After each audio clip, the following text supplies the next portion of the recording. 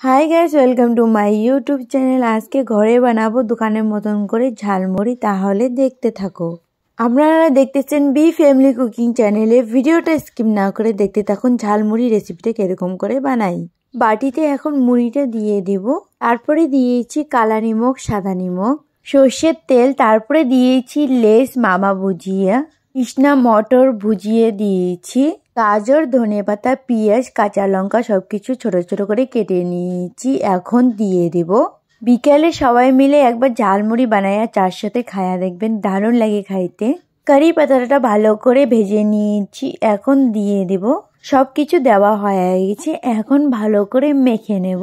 ঝালমুড়িটা খাইতে খুব দারুণ হয়েছে। আপনারা অবশ্যই বাড়িতে একবার ট্রাই করে দেখবেন। যদি ভালো লাগে অবশ্যই কমেন্ট সেকশনে জানাবেন। ভালো করে মিক্স করে নিয়েছি, এখন প্লেটে সার্ভ করে নেব। ঝালমুড়ি রেডি হয়ে গেছে। আপনাদের রেসিপিটি কেমন লাগছে অবশ্যই কমেন্ট সেকশনে জানাবেন। ঝালমুড়ি রেসিপি হয়ে গেছে। রেসিপিটি যদি ভালো লাগে অবশ্যই বাড়িতে একবার ট্রাই করে দেখবেন।